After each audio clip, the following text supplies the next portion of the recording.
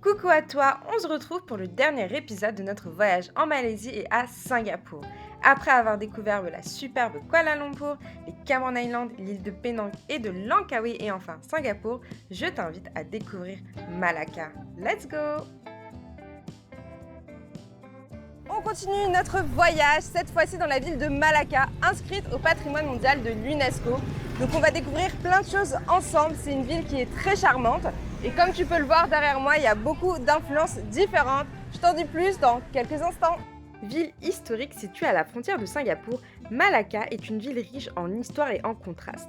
Au XVe siècle, elle était un port stratégique en raison de sa position géographique, véritable carrefour des échanges entre l'Asie et l'Europe. Un lieu indispensable pour contrôler les routes commerciales des épices et de la soie. Aujourd'hui, Malacca porte encore les traces de ses anciens occupants du Portugal à la Hollande en passant par la Chine, à travers son architecture, ses monuments historiques et sa cuisine.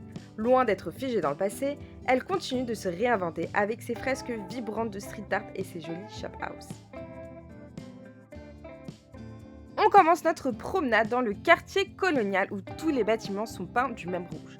Témoignage de l'occupation portugaise au XIVe siècle, l'ancienne forteresse da Famosa rappelle l'époque où Malacca était une colonie européenne clé, l'une des plus vieilles structures européennes en Asie du Sud-Est. La porte d'entrée, connue sous le nom de Porte de Santiago, est presque tout ce qu'il reste du bâtiment.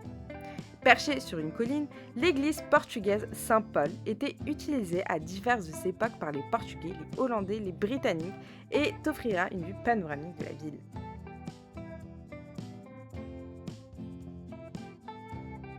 Il y a un petit lapin là qui annonce l'entrée de Chinatown. Et en face de moi, il y a un resto qui s'appelle Famoso Chicken Rice Bowl. Ils disent que c'est genre une institution. J'essaie de traverser sans me faire écraser depuis tout à l'heure. C'est un peu la galère.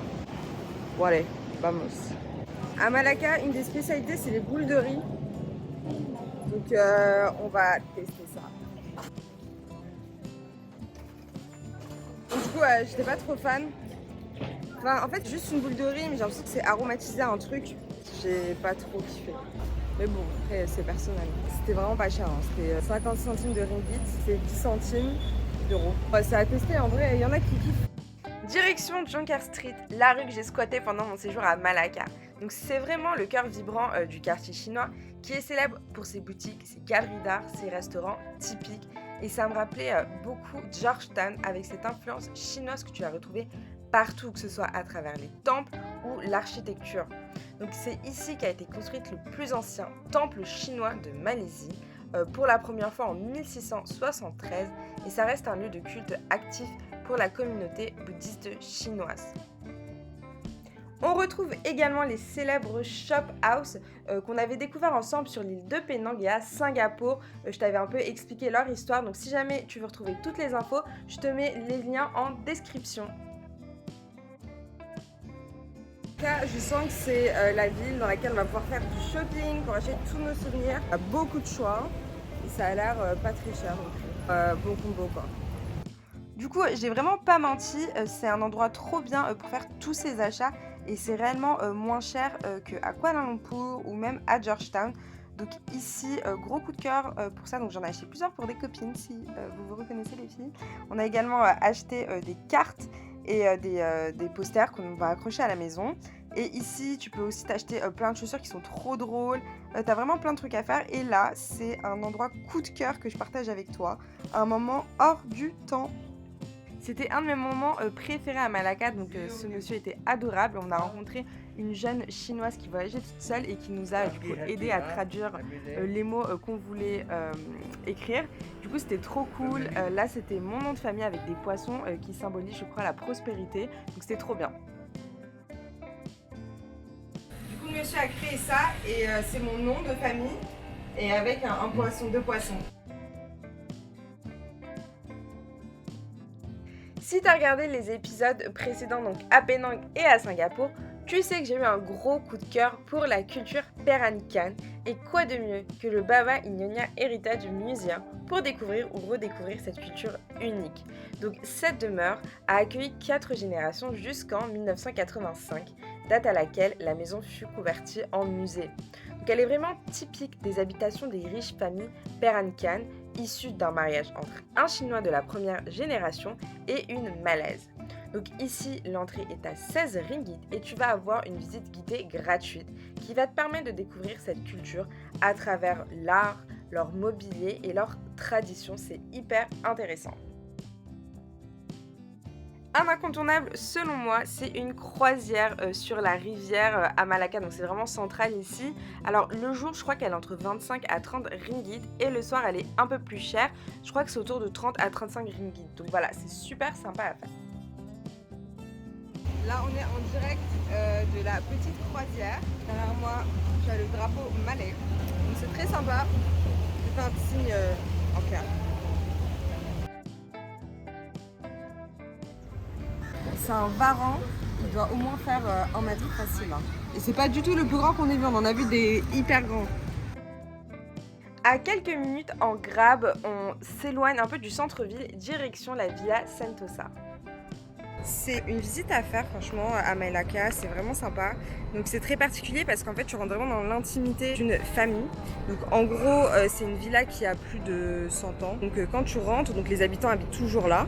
Et en gros ils te partagent des anecdotes familiales, tu vas découvrir des objets aussi qui ont une histoire, etc. Donc c'est vraiment... c'est un peu un voyage dans le temps de toute la famille, tu apprends plein de choses et tout, donc c'est super sympa à faire, donc c'est pas payant. Mais tu vas avoir une boîte à donation dans laquelle tu mettras la somme que tu as envie de mettre, quoi. Très belle visite, l'hôte était adorable avec nous, franchement j'ai trop kiffé. Donc c'est très rapide, hein. Je pense que tu en as pour une vingtaine de minutes. Et c'est quelque chose qui est à faire, mais c'est encore une fois c'est très original et t'attends pas un musée, je sais pas quoi, c'est vraiment atypique et j'ai beaucoup aimé. Direction le plus beau spot pour découvrir un coucher de soleil de folie, mais comme tu verras, tout s'est pas passé comme prévu.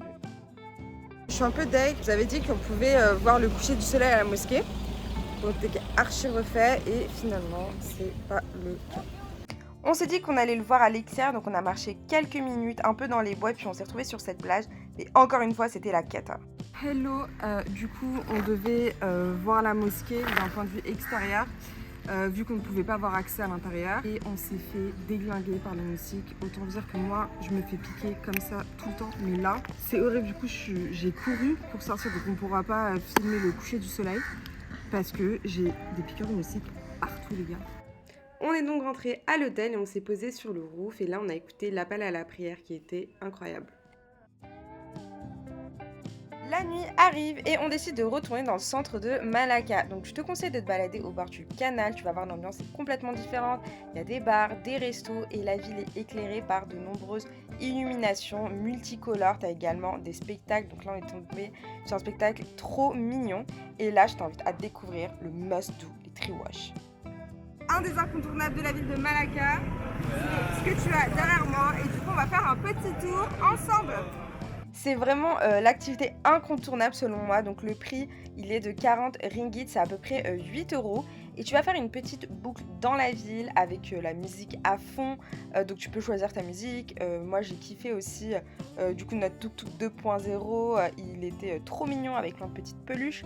Et tu vas voir c'est vraiment trop sympa à faire. Pour moi, c'est vraiment un incontournable. C'était trop sympa! C'est notre moment préféré de la vidéo, la partie food. Et pour ça, je t'ai préparé des pépites.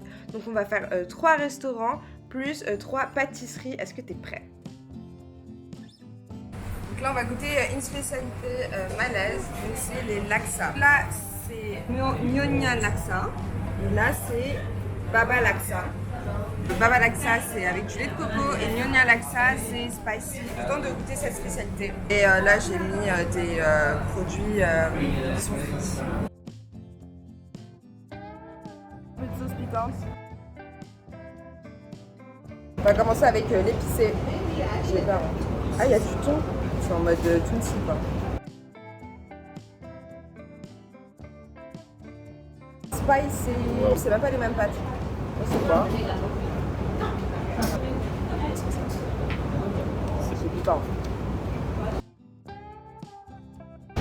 Je me dis pas que je me suis tachée. En même temps, c'était sûr. Autant dire que c'est archi pimenté. J'ai le nez qui coule depuis tout à l'heure. J'ai mis cette carte pour pas me tâcher. J'ai l'air ridicule. Direction un super resto indien. Pak Putra Restaurant, c'est recommandé sur pas mal de guides. Ils recommandent leur tandoori au poulet. Donc j'ai trop hâte de voir ça. On a pris un nan, enfin des naans aussi, donc je vais te montrer. Ça a l'air d'être trop bon. Et c'est vrai qu'on n'a pas du tout mangé indien en Malaisie, alors que t'as des endroits de ouf pour manger indien. Moi de base je suis pas fan, mais celui-là a l'air trop bon. Donc on va tester ça.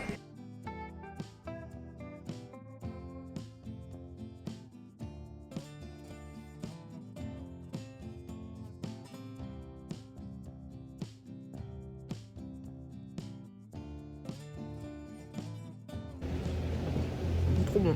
Celui-ci c'est garlic, butter et il y a une espèce de sauce, j'ai l'impression que c'est avec des lentilles mais je suis pas sûre. Mais ça me rappelle les lentilles donc à mon avis c'est des lentilles. Donc là c'est des naans un peu différents avec des fruits secs. Du coup on est plus sur du salé sucré, c'est très bon aussi. Oui, il est fat hein. On va goûter archi tendre. C'est trop bon, c'est un peu épicé. Mais juste qu'il faut rien avoir avec ce qu'on a mangé ce midi.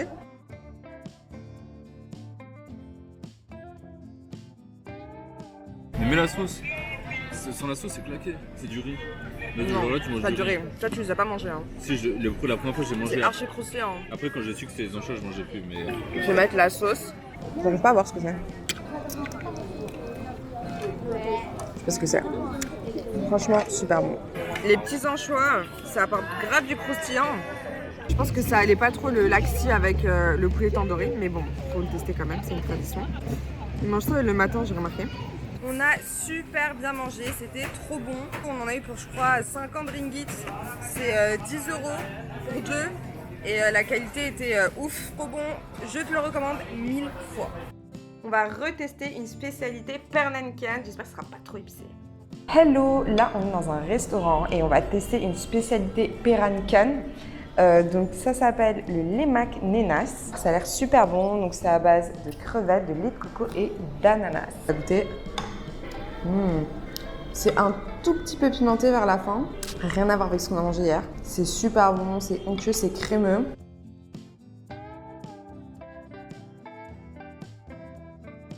Après avoir bien mangé, c'est l'heure de découvrir mes pépites sucrées de Malacca. Il est super bon. L'endroit était vraiment cool, j'ai testé des pancakes avec des bananes flambées et on a également goûté un sandwich au canard qui était vraiment très très bon. On est chez Tan Kim Hock et on va goûter le célèbre gâteau malaisien. Du coup moi j'ai pris coco, il existe au durian, mais voilà je me suis dit valeur sûre, on va faire coco. C'est marrant, je m'attendais pas à ça, ça fait pas trop gâteau mais bon. Et du coup ils ont une boutique où tu peux acheter plein de trucs, ça fait un peu musée j'ai l'impression. Je dirais du caramel, beurre salé. C'est vraiment de la gelée en fait. En soi c'est pas mauvais, c'est pas incroyable non plus, mais la texture est marrante à goûter, donc teste. Il y a aussi comme un goût un peu de café, j'ai l'impression, même si je pense qu'il y en a pas, c'est juste moi qui ai cette impression là. La boîte où t'en as 5, elle m'a coûté 7 ringgit. T'as plein d'autres boîtes, t'as plein d'autres produits aussi à découvrir. Du coup voilà. C'est ici que notre voyage à Singapour et en Malaisie se termine. N'hésite pas à liker, partager et t'abonner. Je te fais plein de bisous et à très vite pour de nouvelles aventures.